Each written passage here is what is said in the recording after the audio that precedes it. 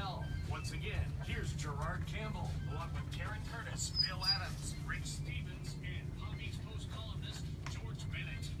And good afternoon, live from the 850 WFTL studios. Gerard Campbell with you, and yes, our political roundtable, round two. Get your gloves on, folks. Just kidding. Joining us. So excited. I saw a couple people look over at me. Like, now, is the glove comment for the candidates or for us? You decide. I think he meant just you. I'm not sure though. He's looking in your direction. Let me remind you that if you want to see what's going on right behind the Go to scenes our in the Facebook 850 page. studio right now, 850 WFTL on Facebook. Evelyn Romo behind the camera. And she's doing a great job. Hobo's doing a great job. And let's get right into it. We've got about 15 minutes or so, and I enjoyed that without the breaks in the middle. That was Yeah. We should do that all the time. nice long session. I think we will next time. Again, with us in the studio, we're pleased to have him here. He is a journalist, writer for the Palm Beach Post. And George Bennett, thank you very much for joining us. And of course, Karen Curtis, the afternoon news host here at 850. Rich Stevens, the talk show host from 9 until 11. And Bill Adams, half of Jen and Bill. And of course, their talk show 11 to noon. Monday to Friday, right here on 850 WFTL. And we did move into Palm Beach County just at the end there, George. And let's continue with some more. Actually, we're going to move back, I think, to further south. Let's talk about Marco Rubio. We were going to talk about some of the big issues. And of course, he was going to step away from politics. He did step away. He took quite a pounding from Donald Trump. Any surprise there for you? Well, I mean, it was a little. I want to say there's a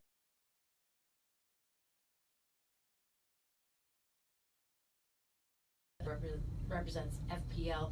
She's a Navy veteran. Her name is Pam Keith, and when you hear her speak, there was people that had voted for Grayson in Pinellas County heard her speak, and they had like buyer's remorse for already early voting for Grayson. She is, while she's a Democrat, she is very refreshing. She says the military should be required to buy guns from manufacturers that don't sell civilians AR-15 style weapons.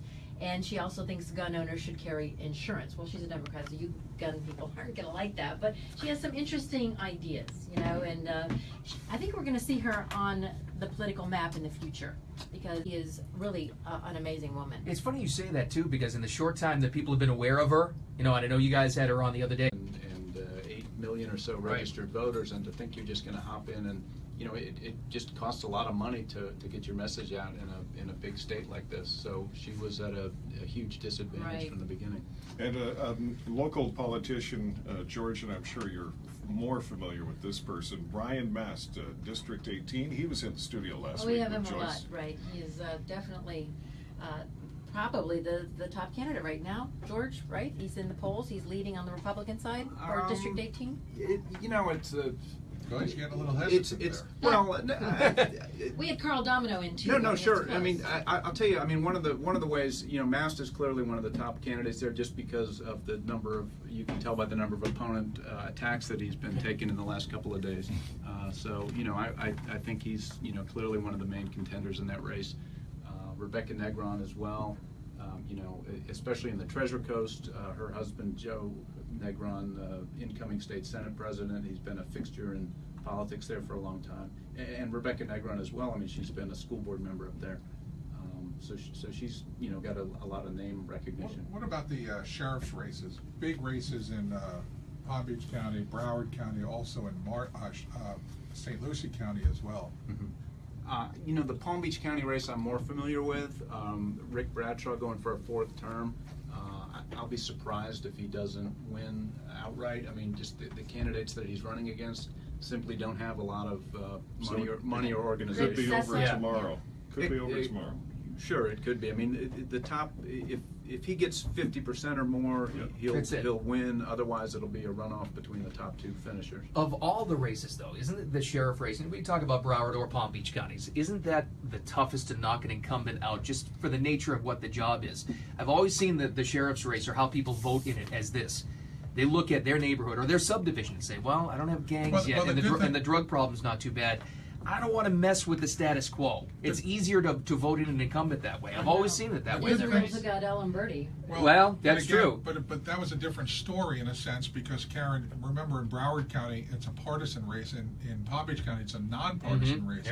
I truly believe that the sheriff's office should always be a nonpartisan event, the way it is in Palm Beach County. So in Palm Beach County, I agree with you. In Broward County, might be a bit of a different story. This time around, while Scott Israel is the favored candidate, Fondo is getting a lot of play from inside the rank and file, which could mean it could be an upset on Tuesday. Maybe it will. I don't know. I just think I know that Israel's getting most of the endorsements down there. I mean, George, how much value do endorsements really mean today versus in the past? Especially with a race like that. In the sheriff's race? Yeah. I don't know. I don't know how much attention voters pay to those. I mean, I love endorsements because it's something easy to write about, and it's kind of always interesting to see, who's supporting who. I think with an office like sheriff, I mean, that's something people can see, how they feel about they see cops on the street and have feelings about them and how they feel about their own safety, and that's the kind of race. I mean, Bradshaw has been in office 3 terms, but before him there was a run where, the voters here voted out Bob Newman and then Ed Bielek with him, and he that was back in 2000. Right, and then Bielek didn't get reelected, and then Bradshaw came in, and he's been in 3 terms. But there's been turnover in the past in that job. And Bradshaw's done a great job in Palm Beach County. There's no doubt about it. These other people that want to get in, some have a little bit of law enforcement experience. Other people have a paid radio show. So I mean, how do you decide? Well, I should emphasize I'm here as a news guy, so you guys Not can a have all the commentator, robust opinion you want. But I'm not going to weigh in on My on prediction something is like Bradshaw will come up with 74% of the vote this time. The great that. 74. Okay. Back to District 18 that we were talking about earlier with Brian Mast. Of course, that seat became open when the incumbent Patrick Murphy left. He's chasing a Senate bid, as you mentioned earlier. That's part of a big fight to try and control the upper chamber. It looks like the competition from Grayson is done. He's been a little bit quiet since those allegations of violence towards his wife came out. I don't know that Alan Grayson is ever quiet, but quieter. That race, Murphy, the Democratic Party establishment got behind Murphy very early in that. I mean, that's one of the few races where President Obama has weighed in the Democratic primary. With Debbie as well. And so, and that affects a lot of the money and stuff like that. So Murphy certainly has a big organizational advantage. I think Grayson, the one factor with Grayson is his ability to fire up the liberal base of the Democratic Party, and in a primary, that's a big deal. All the signs in the polls and stuff seem to show Murphy ahead in that race. But Grayson, in a primary, the ability to fire up the base voters is important. And back to that District 18, again, we were talking about Brian Mast earlier. He's one of 7 Republicans and 11 people overall hoping to win that seat. Have you ever seen a crowded race like that or anything busier?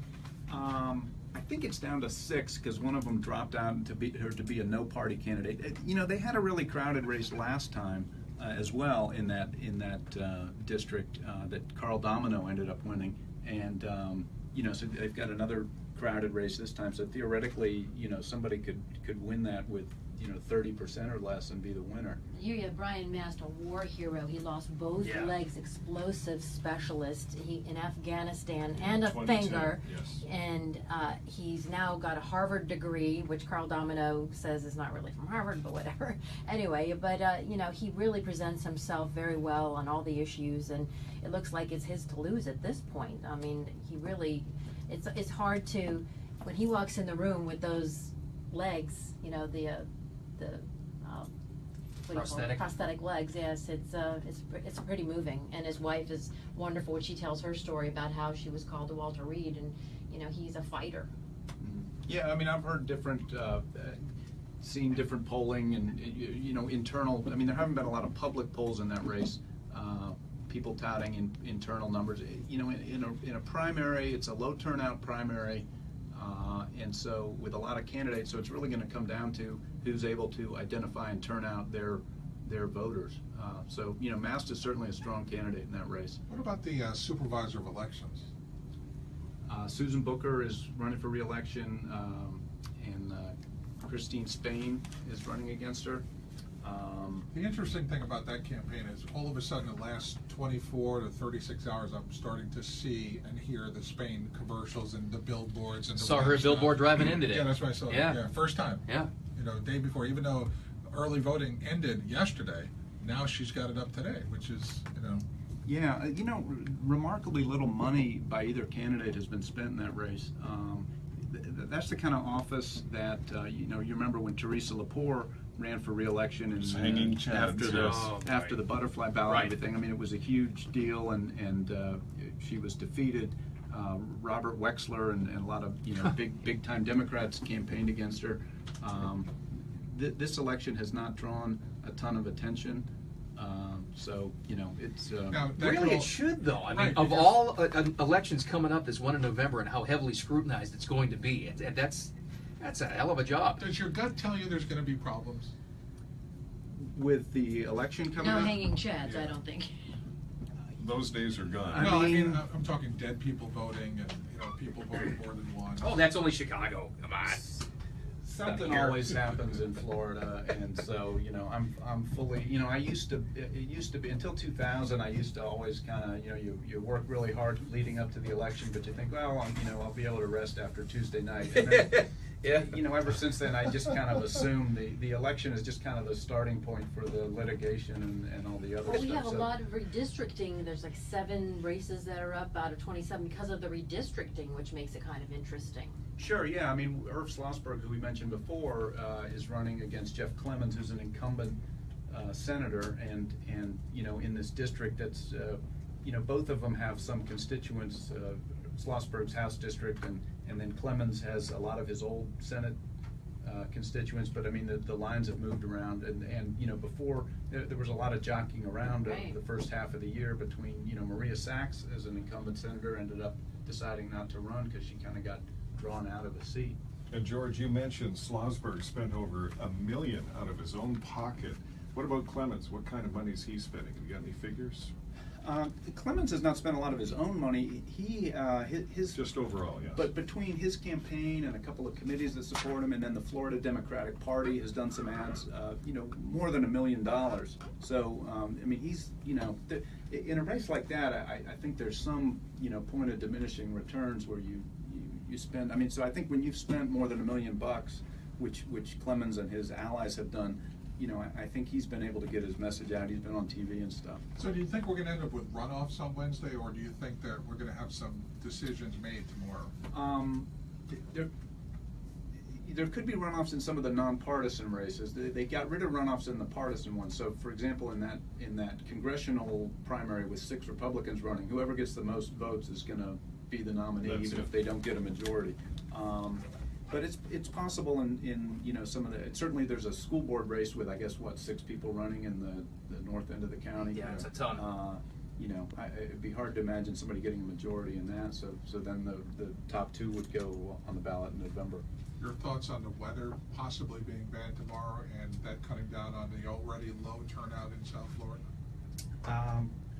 What is the weather forecast? Are we still Must be getting a lot that of rain. that Same. thing? I think I it's don't know. going to be similar to today. You know, we could have some patchy rain here and there. So, But it's not a tropical storm. That would have been a game changer. yes. You know, you get a localized thing over like Century Village or some high turnout Yeah, area. it's- It can be a big deal. I don't know. That matters. I mean, how charged up are people about this primary, though? As I said earlier, you know, these candidates are kind of like foregoing the primary. Rubio thinks he's in. Patrick Murphy thinks he's in. Wasserman Schultz thinks she's in. I mean, really, what's the incentive to get out there and vote? We really need to drum that up today. Get out there. Rock the vote, Karen. Yeah. Yeah, you know, I mean, the primaries are I mean, I guess the one way to look at it is, you know, I I vote, and so I figure that just makes my vote more weighted if the fewer people that know Right. about it. So, you know, That's a good point. Keep it secret. And George, we're talking about money and how much the candidates are spending, and this is just leading up to the primary. We're going to see some big bucks, I would imagine, come out over the next couple of months. And who are the big spenders so far that you've been seeing here in Palm Beach County? Well, you know, for the primaries, for example, we mentioned Irv Schlossberg and Clemens. There's a lot of money in that race.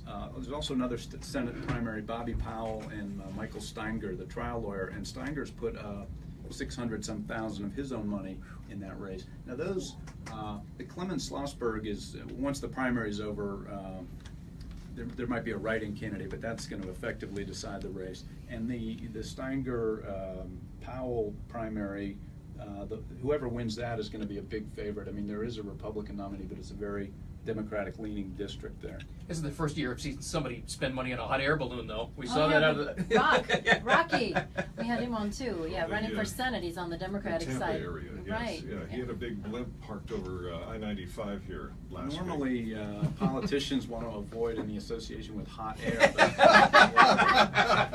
But Zing. I've seen that before. Hey, we've got a couple minutes left here, George. What are some of the local races you are monitoring that you think will be very interesting, will be interesting to see tomorrow? Certainly that congressional race in District 18, which is kind of northern Palm Beach County and the Treasure Coast. You have, you know, 2 competitive primaries there, and then that race in November is going to be huge because the way U.S. House districts are drawn and gerrymandered in all the different states, there's really maybe 24 competitive House seats in the whole United States of America. I mean, most of them are very, very red or very blue. District 18 here in Florida is a true swing district. It narrowly voted for Mitt Romney in 2012 while electing a Democrat, Patrick Murphy, and then 2 years ago in the huge Republican tsunami, Murphy got reelected by 19 or 20 points. So it's you know, it's always been a real swing district. So with no incumbent running, that's going to be a very competitive race with a lot of money from outside groups on the left and right coming in. You know, you will be seeing a ton of ads on TV for that race in the fall. George, it's been a pleasure having you here Yeah, in the great studio job. with Thank us. you. Thank you very much. We hope we can have you back in another month or two. We'll be probably doing Is there this in something some else coming format. up? I think maybe. Yes, yes. We'll have food next time, I swear. And, Yeah, I and, thought there'd be some sandwiches. and again, you can see George in the Palm Beach Post. He writes there every Monday, lots of columns. Just Google him, you'll get all the information. Thanks for joining us. We'll do it again. You're listening to News Talk 850 WFTL.